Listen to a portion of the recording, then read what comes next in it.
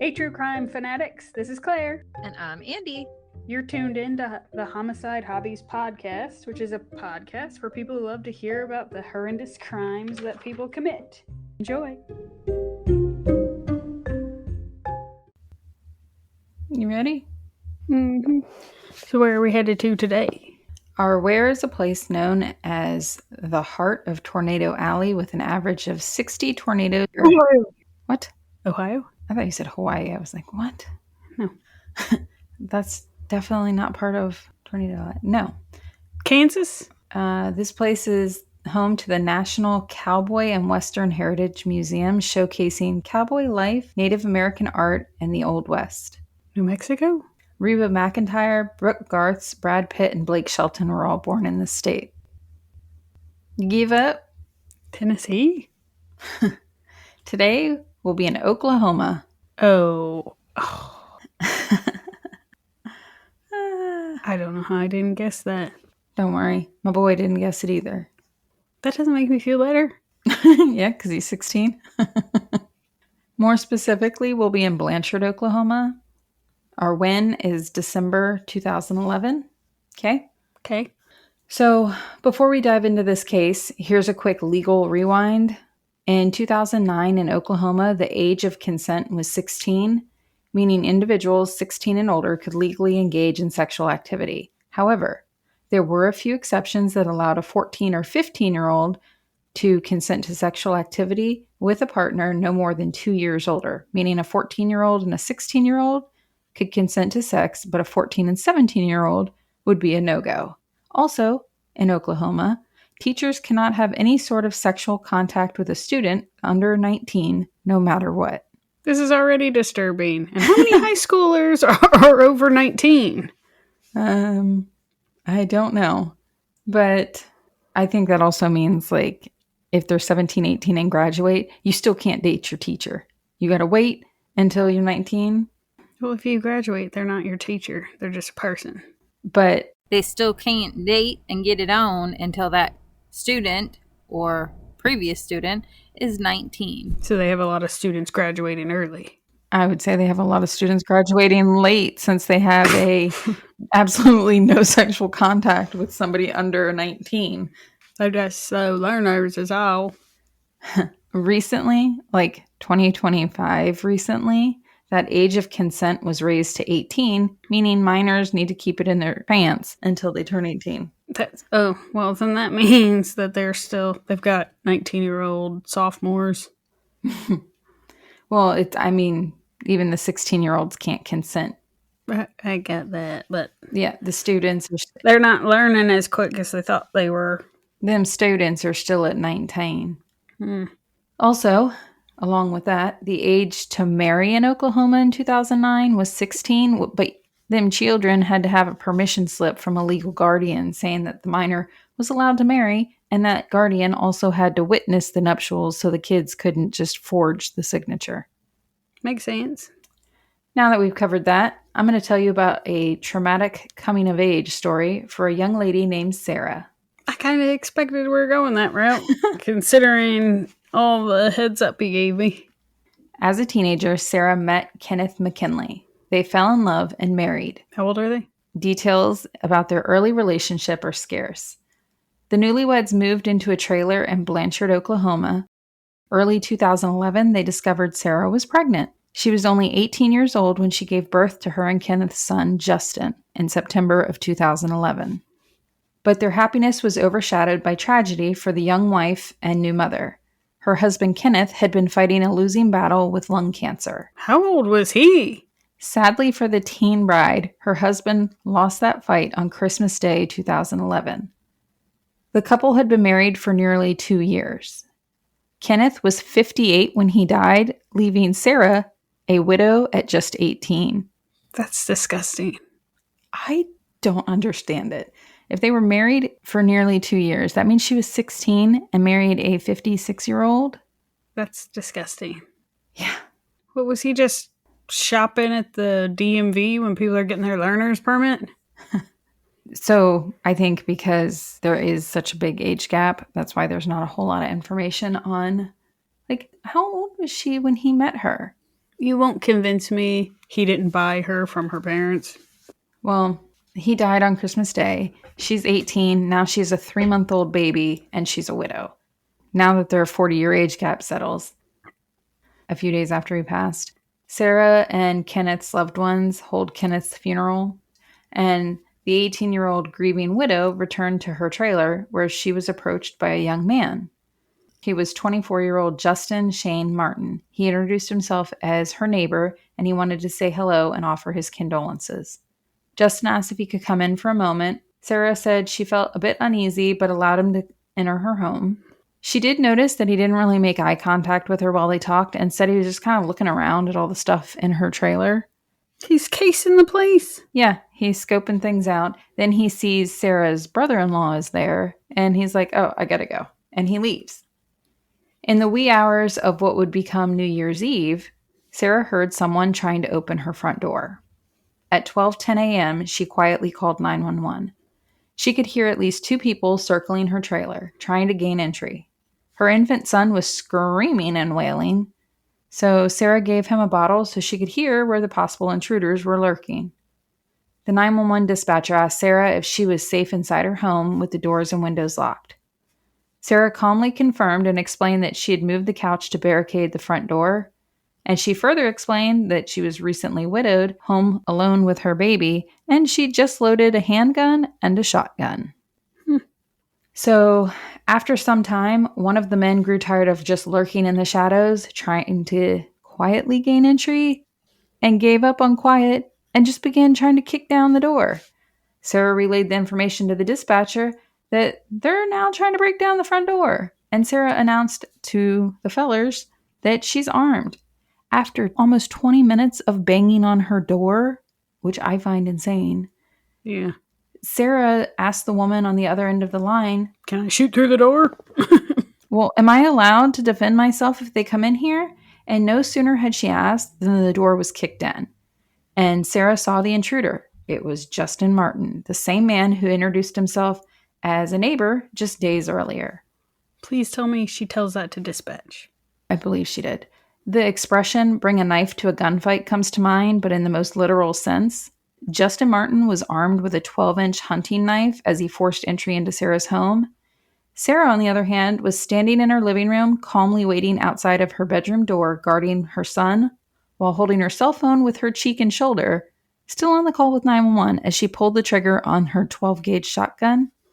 Justin continued to advance towards her. She missed? No. She pulled the trigger, firing the shotgun again, both shots striking Justin in the chest. What was it loaded with? I don't know. He collapsed over the couch that he shoved away from her now broken front door. His pal heard the gunshots and got the hell out of Dodge. A few minutes later, police arrived, and Justin was pronounced dead at the scene. In inexplicable detail, police discovered a single flower in Justin's possession, and depending on what you read, some say it was placed on his body, but it was never confirmed who placed the flower on Justin's remains, but it's speculated it was some sort of twisted gesture meant as a tribute to Sarah's late husband, Kenneth, which I don't understand that. What? Yeah. Justin brought it as a tribute to Kenneth. It's weird. But who goes to break into somebody's house and brings a single flower?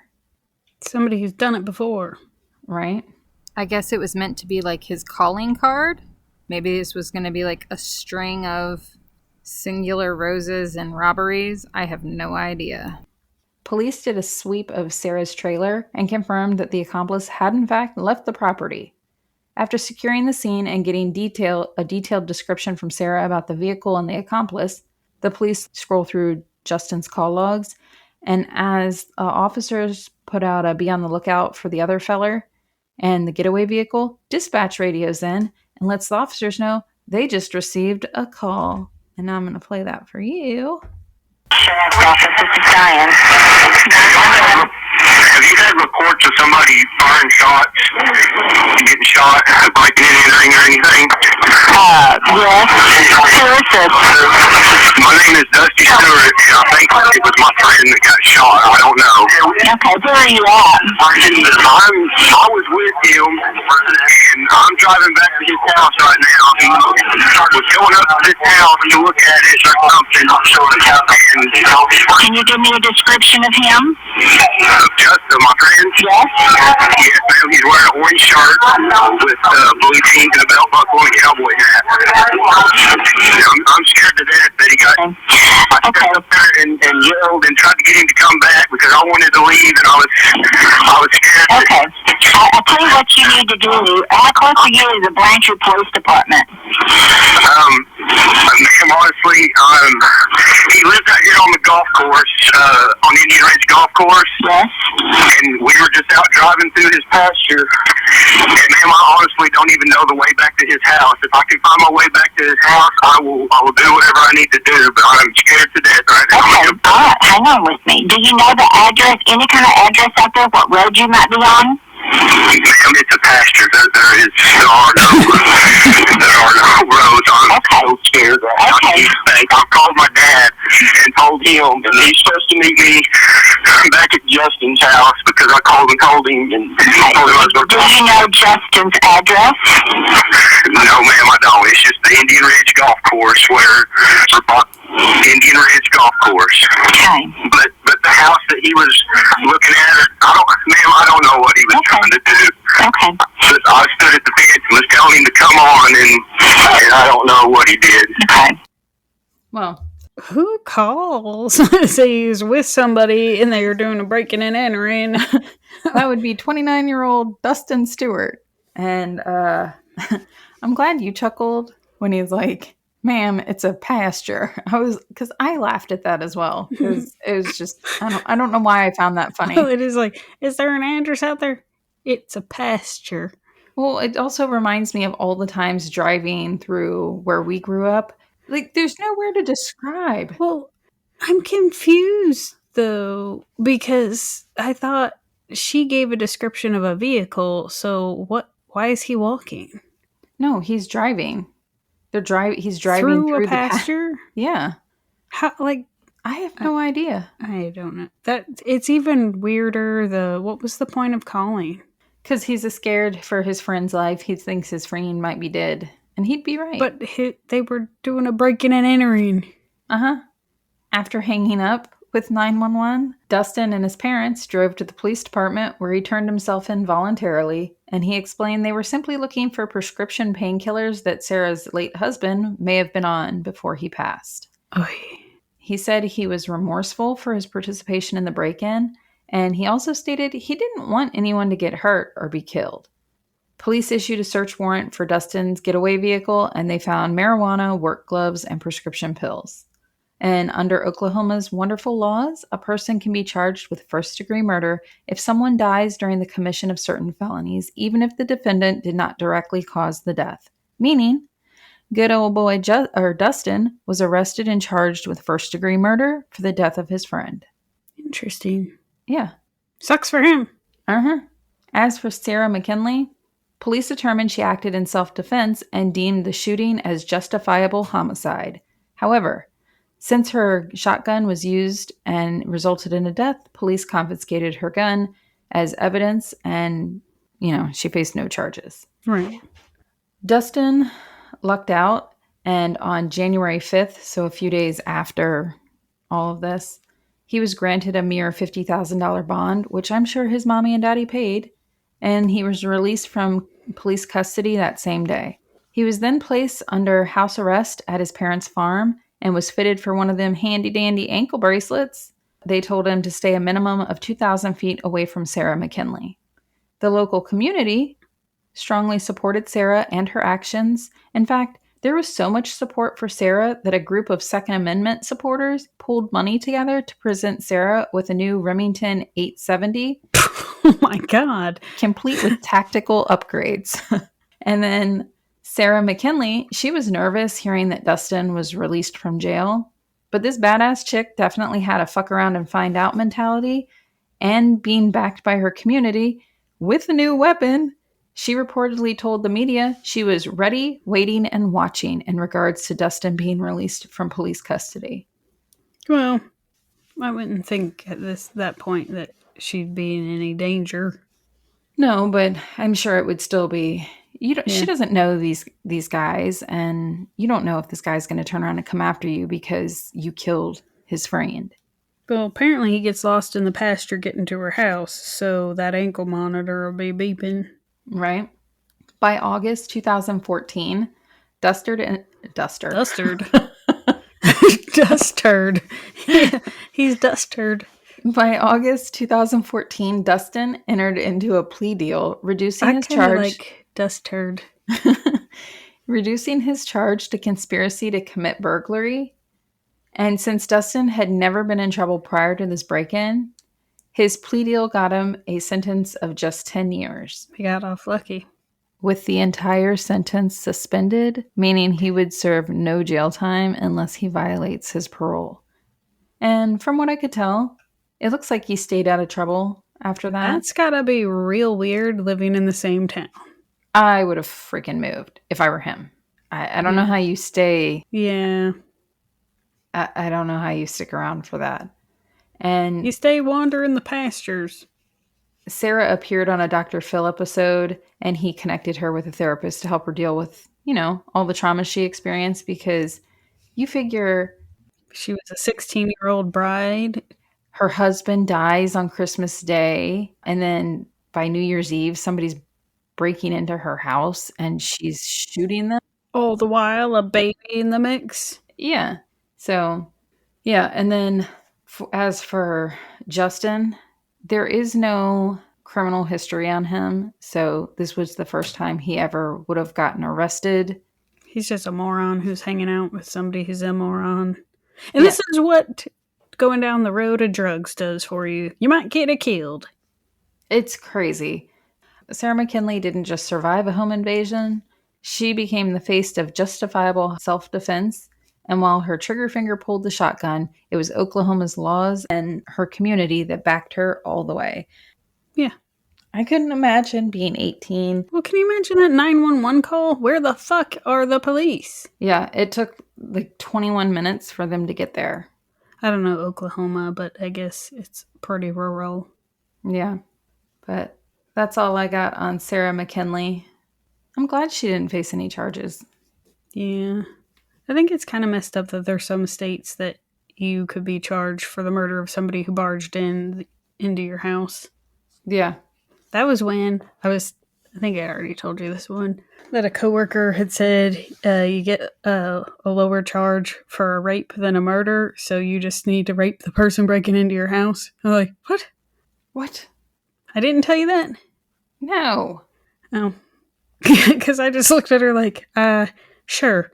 Okay. But I let Dave know. He also did some blinking of, what? Not advice that I take there, but also, what the fuck? Yeah. Well, after doing the research on this case, I keep getting notifications, and it could be coincidental, I don't know, asking me, am I up to date on Virginia's stand your ground laws? Are you? No, I'm sure not. What are Virginia's stand your ground laws? I just said I'm not up to date on that. You didn't pursue it after you realized you weren't aware? It's whether you can kill somebody on your property. No. Ooh. States without explicit stand your ground laws include California, New York, New Jersey, Maryland, Minnesota, and Washington, D.C. I'm not surprised on a couple of those. Yeah. It says, Virginia does not have a stand your ground law in the same way that some other states do. However, Virginia law does recognize a duty to retreat in self-defense situations, meaning a person generally has to retreat from an attacker if it is safe to do so. Yeah. You only have to apply as much force to escape. Right. Virginia law does allow for the use of deadly force in self-defense if a person reasonably believes they are in imminent danger of death or serious bodily harm. Alabama's stand your ground law is also known as the Castle Doctrine, which allows individuals to use force, including deadly force, in self-defense without a duty to retreat. Which means that's the ultimate fuck around and find out. Yeah. Virginia's tuck your tail and run first. Which I think is pretty funny. It's specifically in here. You can use the necessary force to protect yourself, even if you have an opportunity to retreat to safety. Good to know. These Alabamas are crazy. Good to know. I find it interesting the duty to retreat side of that. Well, I think it's crazy because in the moment, Yeah. who decides that whether or not you have you're in your house. It took over 20 minutes for these guys to gain entry into her house. The whole time she's on the phone with 911 and waiting on the police. Right. So I think the defining line in that one would be like if she would have chased after the feller who fled and shot him in the front yard. Like to me, I'd be like, I feel like firing out the window at somebody, and if you had a lucky shot, I don't know what I would have done in that situation, but if she would have killed that feller as he was running away kind of thing, the danger's gone. So she can't just go all rogue, and even though they weren't in the right. Right. So she'd had to drag that body back inside. You've been sick a real long time. Face his body towards the threshold. In Virginia, if this whole you need to run away first because she came out of the bedroom to confront them, does that mean no, she's still in her house? But because after she pulled the trigger twice, the police pretty much showed up right after that. If she would have stayed in the bedroom, then the police could have handled it all. So in Virginia, does that mean it literally comes down to the police and the prosecutor on whether they charge you? I feel like... Okay. Oh, I almost forgot to tell you this one. I didn't write it down, which is why I almost forgot. The baby, his name's Justin, right? And one of the guy that she... The baby's name's Justin? Uh-huh. And also the guy that she shoots and kills is named Justin. But I'm not sure if it's just misprints.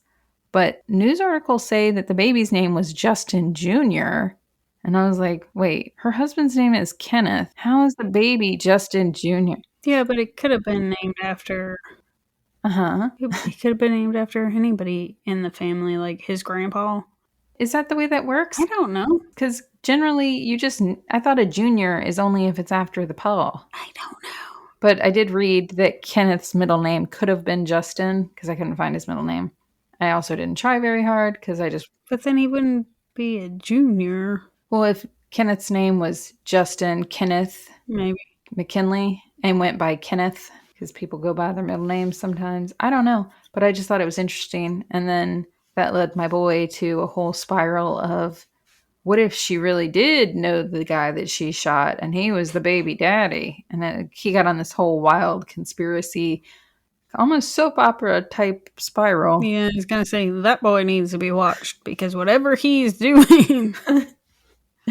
He's watched one too many movies. Mm-hmm. But jot all those states down that don't believe you have a right to defend yourself. Places Claire does not want to go. You're going to rule out the whole state based on... Well, I guess if you can't defend yourself. Did I stutter? Fine. Well, that's crap. Like, it doesn't specifically say shooting them, so you could beat them to death, stab them to death, whatever you need to do.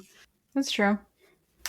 Did you hear my wrist just crack? I assumed it was some sort of joint. That's not nice at all.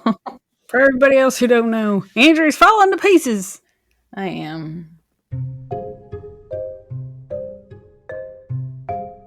Thank you for listening to Homicide Hobbies. I'm Claire.